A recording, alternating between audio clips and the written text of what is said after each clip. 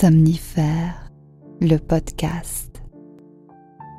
Nous sommes tous obligés, pour rendre la réalité supportable, d'entretenir en nous quelques petites folies. Écrit Marcel Proust. Bonsoir à toutes et à tous, nous sommes le jeudi 28 avril et Somnifère vous raconte ce soir l'histoire d'un homme en visite dans un établissement psychiatrique. Il est rapidement intrigué par le cas d'un patient en particulier, sans antécédents médicaux, et qui aurait, semble-t-il, perdu la raison du jour au lendemain. Il décide alors de lire son journal intime pour comprendre les origines de sa folie. Ce qu'il va découvrir va le stupéfier. C'est une nouvelle de Maupassant intitulée « La chevelure ». Un bonne nuit tout spécial ce soir à David de Tonnex, Anange de Niort, Shaïma d'Alençon et Sabine et Muriel de Paris. Et merci d'avoir partagé Somnifère sur vos réseaux sociaux.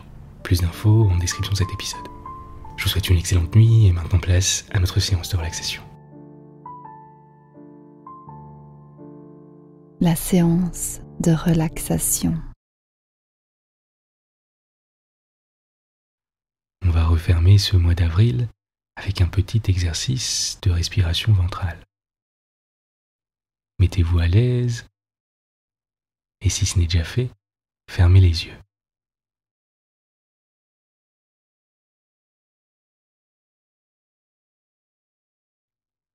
Si votre position le permet, posez une main sur votre ventre et l'autre sur votre poitrine.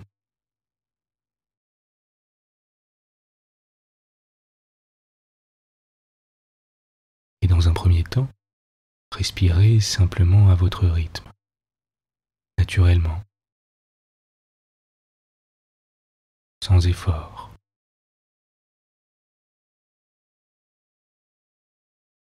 En observant simplement les mouvements de votre corps et de vos mains.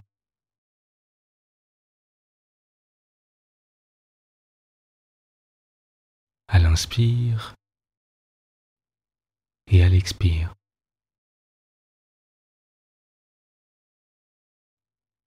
Alors qu'elles montent et qu'elles descendent.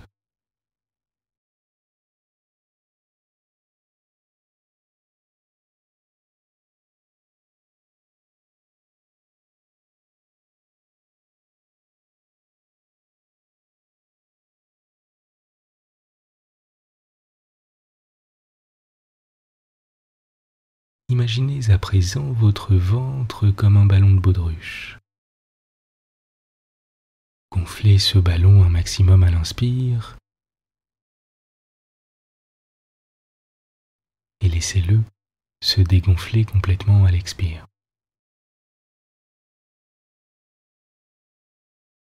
Vous pouvez répéter l'exercice si vous le souhaitez, en gonflant le ventre un maximum et en laissant les tensions s'évacuer complètement à l'expire.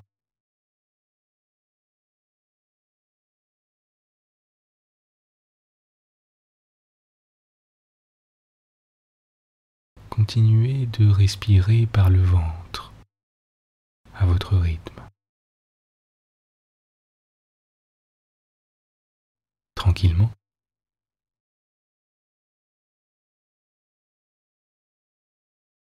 Sans attente.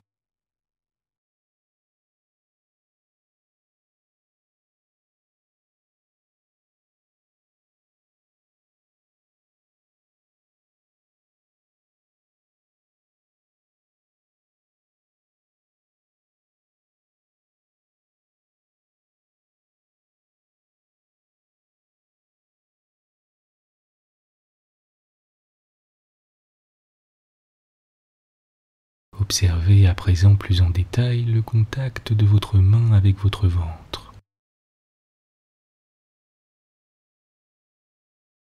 La chaleur qui s'en dégage.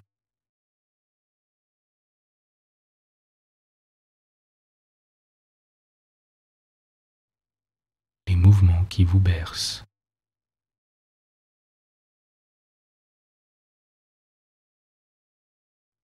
Votre ventre qui monte et qui descend.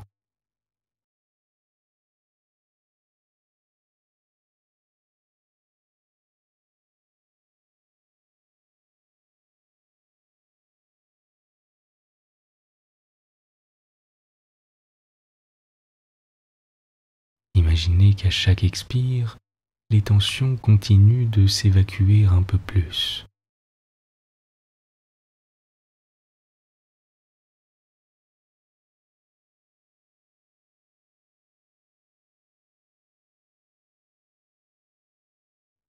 Et qu'à chaque inspire, votre corps devient plus léger et plus serein.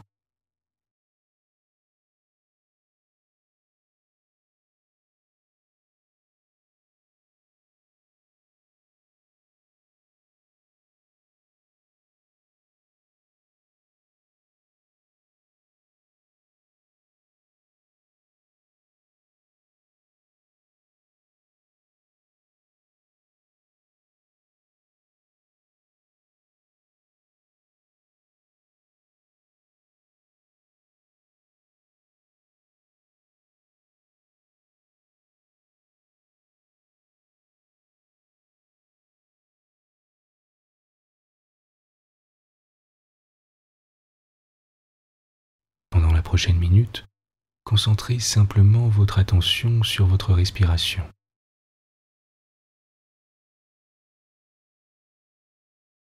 Et laissez les pensées défiler si elles viennent à vous.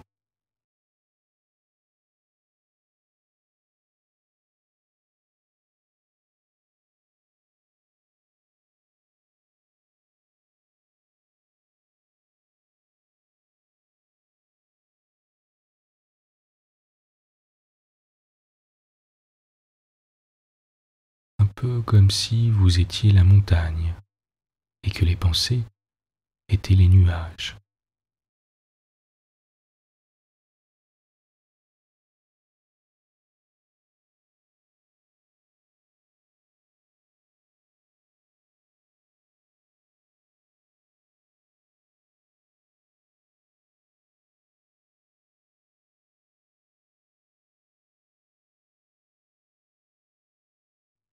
Sans effort,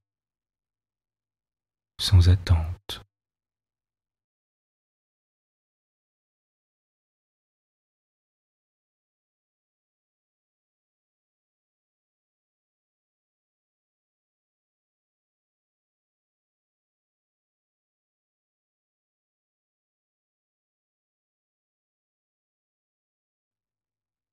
En continuant de porter votre attention sur votre respiration et sur l'air qui entre et sort de vos narines.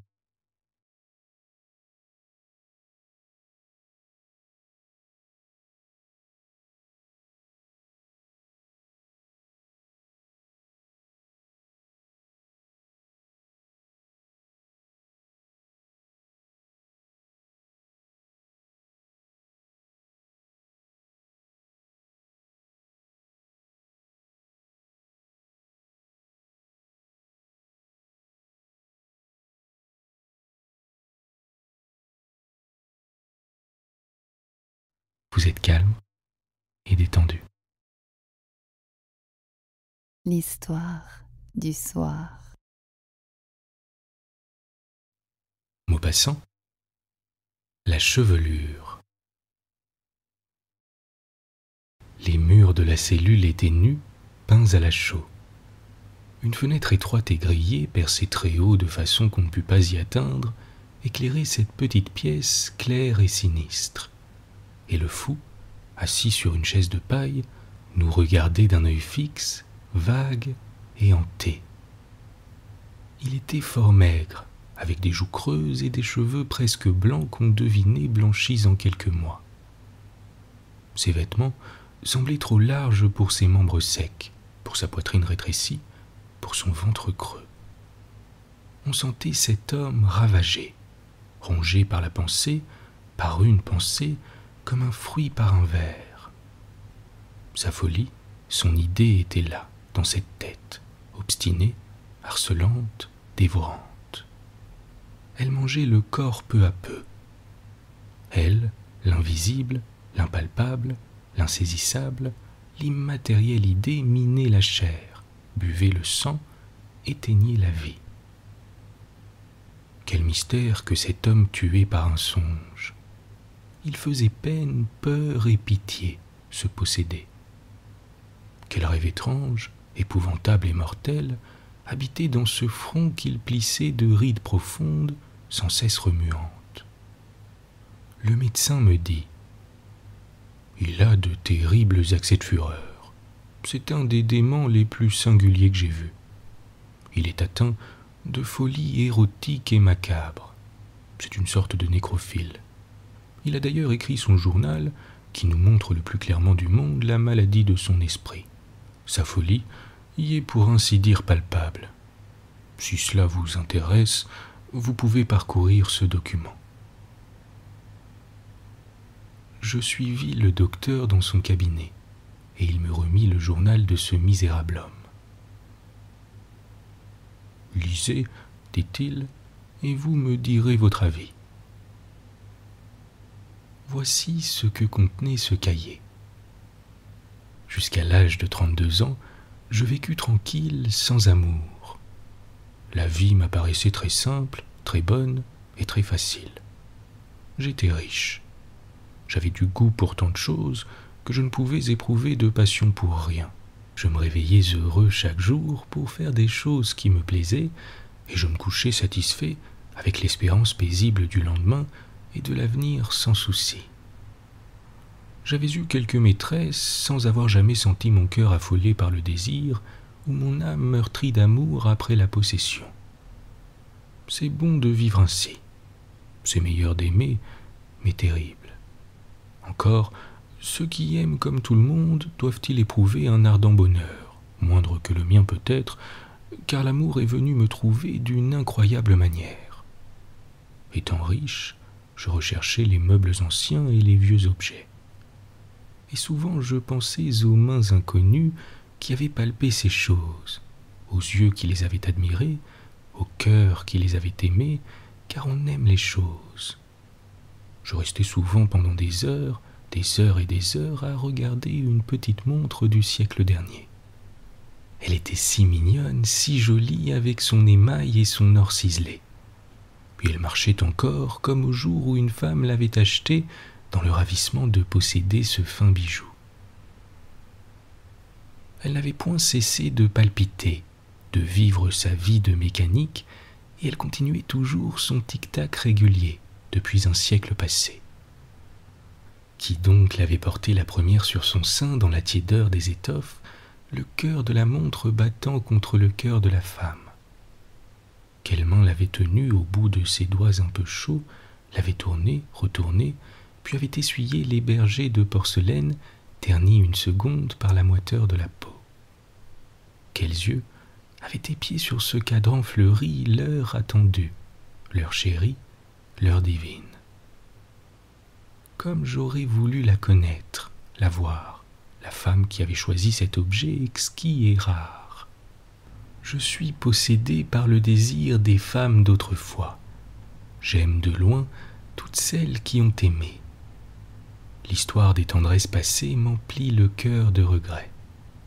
Oh, la beauté, les sourires, les caresses jeunes, les espérances, tout cela ne devrait-il pas être éternel?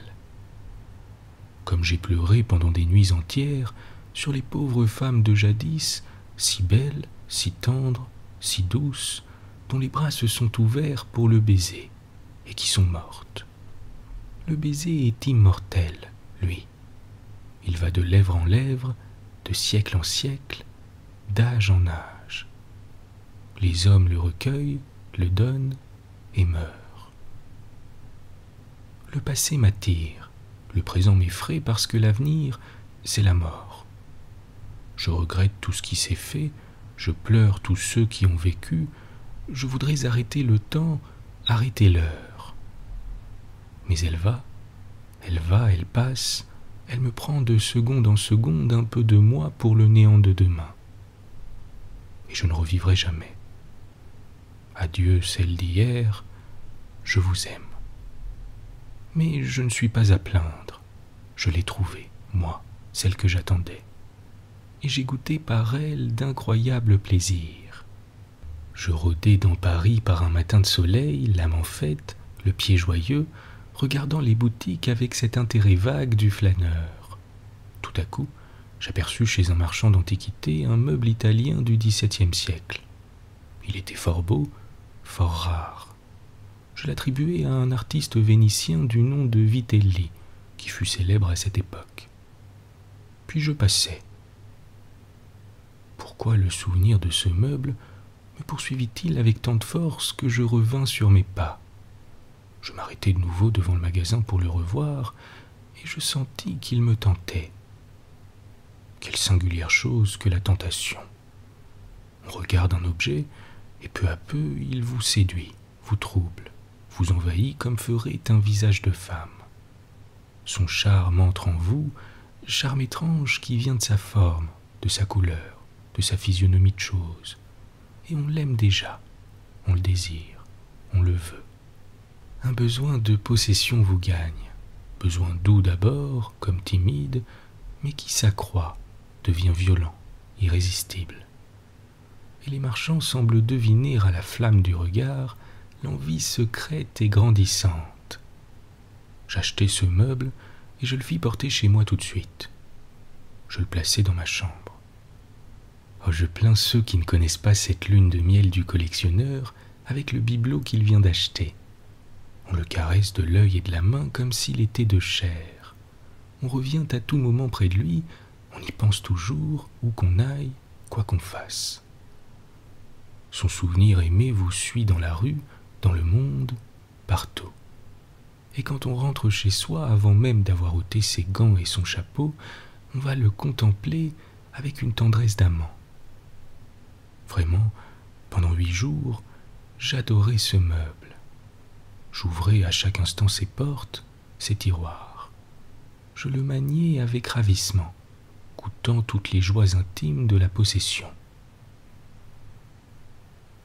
Or un soir, je m'aperçus en tâtant l'épaisseur d'un panneau qu'il devait y avoir là une cachette. Mon cœur se mit à battre et je passai la nuit à chercher le secret sans le pouvoir découvrir. J'y parvins le lendemain en enfonçant une lame dans une fente de la boiserie. Une planche glissa et j'aperçus étalée sur un fond de velours noir une merveilleuse chevelure de femme.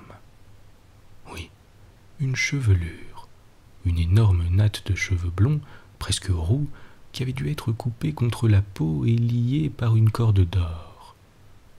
Je demeurai stupéfait, tremblant, troublé. Un parfum presque insensible, si vieux qu'il semblait l'âme d'une odeur, s'envolait de ce tiroir mystérieux et de cette surprenante relique.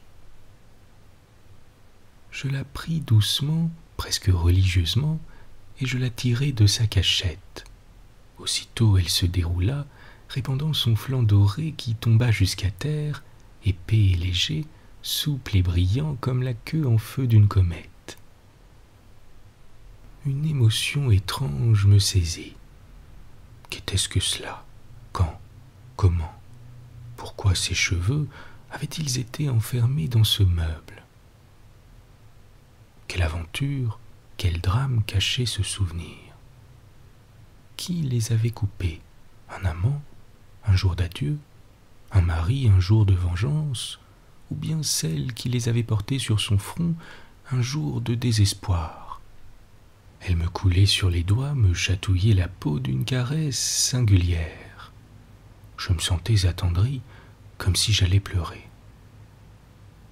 Je la gardai longtemps, longtemps en mes mains, puis il me sembla qu'elle m'agitait, comme si quelque chose de l'âme fût resté caché dedans. Et je la remis sur le velours terni par le temps, et je repoussai le tiroir, et je refermai le meuble, et je m'en allai par les rues pour rêver. J'allais devant moi plein de tristesse, et aussi plein de trouble, de ce trouble qui vous reste au cœur après un baiser d'amour. Il me semblait que j'avais vécu autrefois déjà, que j'avais dû connaître cette femme. Quand je rentrai chez moi, j'éprouvai un irrésistible désir de revoir mon étrange trouvaille. Et je la repris, et je sentis en la touchant un long frisson qui me courut dans les membres. Durant quelques jours, il fallait que je la visse et que je la maniasse. Je tournai la clé de l'armoire avec ce frémissement qu'on a en ouvrant la porte de la bien-aimée, car j'avais aux mains et au cœur un besoin confus, singulier, continu, sensuel, de tremper mes doigts dans ce ruisseau charmant de cheveux. Puis quand j'avais fini de la caresser, quand j'avais refermé le meuble, je la sentais là toujours, comme si elle eût été un être vivant, caché, prisonnier. Je la sentais et je la désirais encore. J'avais de nouveau le besoin impérieux de la reprendre, de la palper, de m'énerver jusqu'au malaise par ce contact froid, glissant, irritant, affolant, délicieux. Je vécus ainsi 1 mois ou 2, je ne sais plus. Elle m'obsédait, me hantait. J'étais heureux et torturé, comme dans une attente d'amour, comme après les aveux qui précèdent l'étreinte.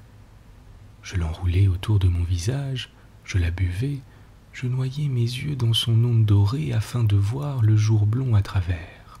Je l'aimais. Oui, je l'aimais.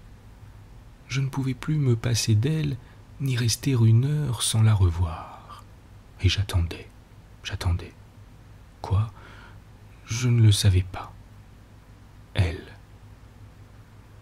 Une nuit, je me réveillai brusquement avec la pensée que je ne me trouvais pas seul dans ma chambre. J'étais seul pourtant, mais je ne pus me rendormir. Et comme je m'agitais dans une fièvre d'insomnie, je me levai pour aller toucher la chevelure. Elle me parut plus douce que de coutume, plus animée. Les morts reviennent-ils ? Les baisers dont je la réchauffais me faisaient défaillir de bonheur. Et je l'emportai dans mon lit, et je me couchai en la pressant sur mes lèvres comme une maîtresse qu'on va posséder. Les morts reviennent. Elle est venue. Oui, je l'ai vue, je l'ai tenue, je l'ai eue, telle qu'elle était vivante autrefois. Oui, je l'ai eue tous les jours, toutes les nuits. Elle est revenue, la belle morte, l'adorable, la mystérieuse, l'inconnue, toutes les nuits. Mon bonheur fut si grand que je ne l'ai pu cacher.